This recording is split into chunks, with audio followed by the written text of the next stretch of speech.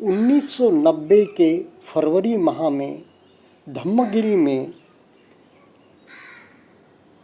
गुरुदेव के तत्वाधान में वेदना और संपजन्य के महत्व पर एक संगोष्ठी आयोजित की गई थी।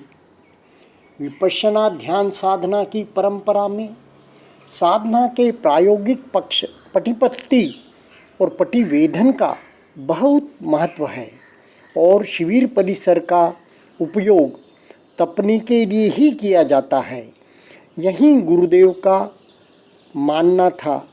पर वर्ष में एकाध बार महत्वपूर्ण विषयों पर धम्मगिरी में समकालीन साधक, आचार्य, विद्वानों के चर्चा सत्र आयोजित किए जाते थे। इस परंपरा में वेदना को बहुत महत्व है, जो सर्वथा साधक के परम हित में है। आनापान से शुरू करके तो सांस देखने का कारण ही है छिन्न भिन्न मन को एकत्रित एकाग्र करना, अति चंचल मन को क्षण भर स्थिर करना, एक जगह रोक सकना ताकि वह विपश्यना करने लायक हो सके, स्वयं के शिविर के अंग प्रत्यंग का निरीक्षण कर सके, देख सके, जान सके, अनुभव कर सके। यह शरीर का छेदन भेदन ही वेदना जानना है, शरीर का अनुभवन है, अनित्य बोध है, उदय व्यय है, समता को पुष्ट करने के मार्ग का पहला कदम है। संप्रज्ञान सती किस बात की? वेदना की। विपश्यना साधना शिविरों में भी 2/3 समय वेदना के अनुभवन के लिए दिया जाता है।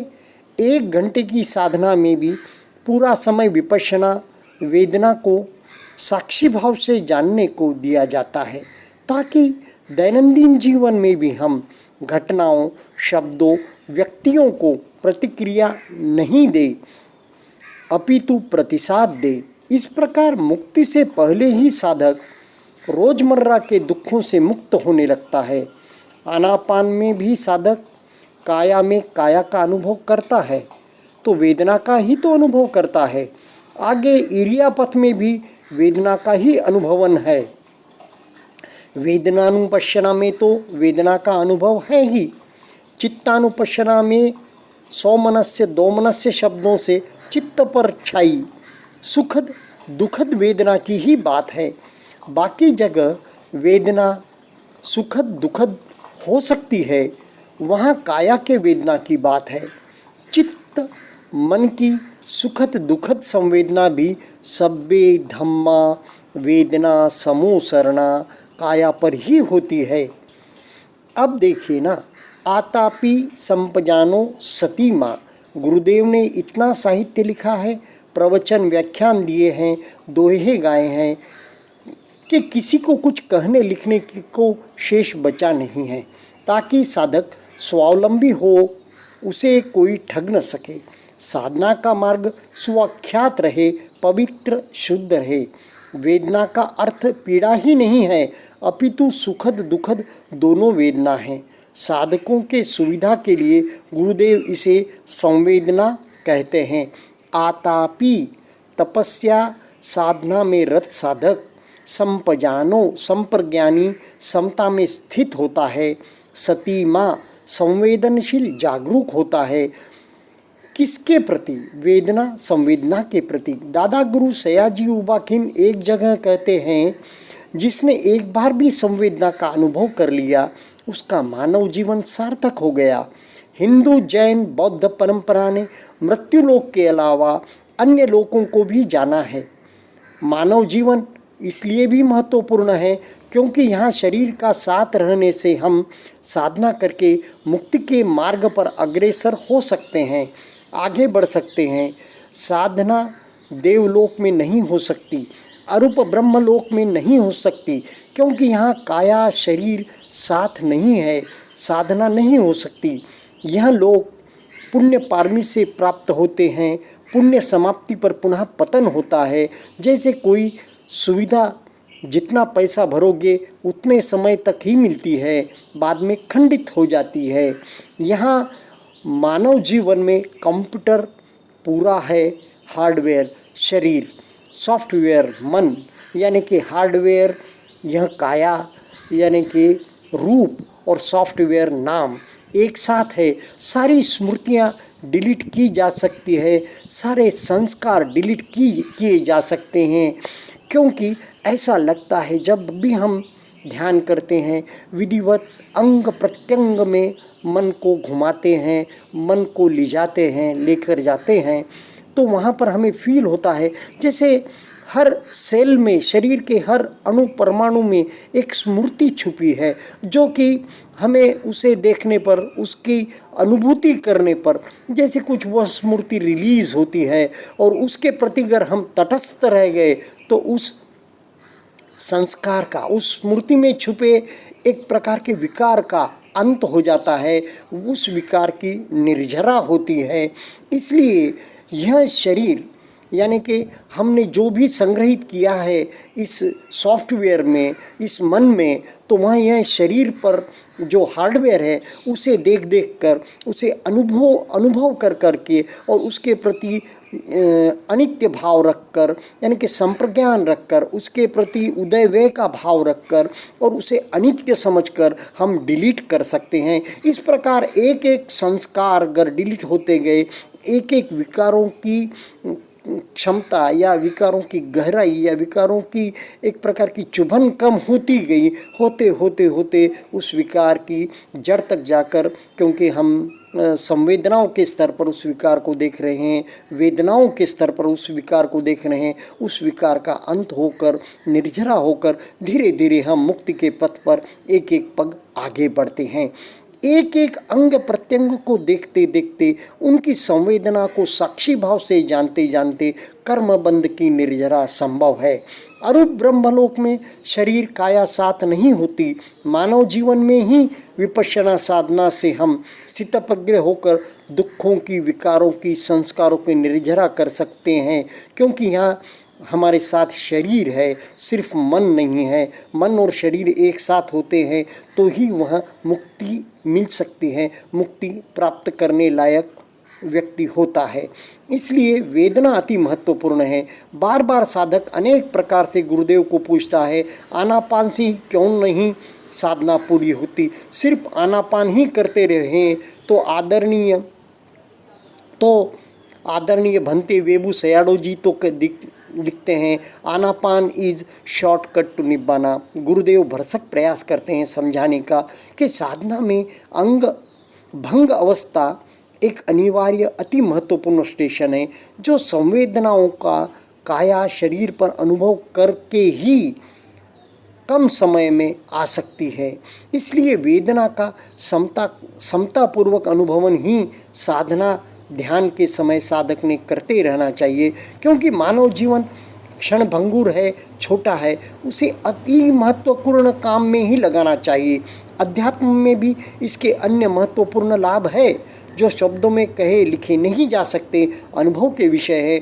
गुरुदेव के मार्गदर्शन का पूरा लाभ ले और यह वेदनाओं को अनित्य बोध से जानने का भरसक प्रयास करे, ताकि हम जो इस मार्ग पर जो स्टेशंस आते हैं, जैसे दिव्य दर्शन या दिव्य दृष्टि, दिव्य श्रवण या दिव्य गंध या फिर दिव्य स्पर्श या फिर दिव्य विचार, उन स्टेशनों को भी हम प्राप्त करते करते, उन स्टेशनों को भी बिना महत्व दिए हम निर्वाण की ओर, मुक्ति की ओर या अंतिम सत्य दर्शन की ओर हमारा मार्ग हम अग्रसित कर सकते हैं।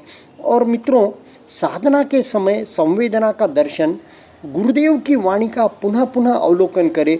बड़े धीरज से काम लेना होगा, बहुत नाजुक काम है। संवेदनाओं की जानकारी तटस्थ होकर लेना है।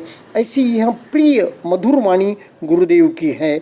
जैसे संवेदना दुखद अप्रिय भी हो सकती है, सुखद प्रिय भी हो सकती है, अदुखद असुखद भी हो सकती है। सभी साधकों को एक ही समय में एक जैसी संवेदना नहीं होती, एक ही साधक को हर समय एक जैसी संवेदना नहीं होती।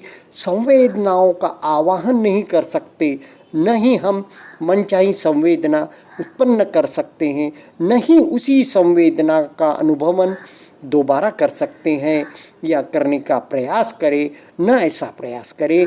आसमान में धूल भरी आंधी आती है, धूल भरी हवाएं चलती है, कभी गर्म हवाएं चलती है, कभी ठंडी ठंडी हवाएं चलती है, कभी स्वच्छ हवाएं चलती है, कभी पूरब से कभी पश्चिम से हवाएं चलती हैं, भिन्न भिन्न हवाएं चलती है। ऐसे ही संवेदना भी भिन्न भिन्न होती है।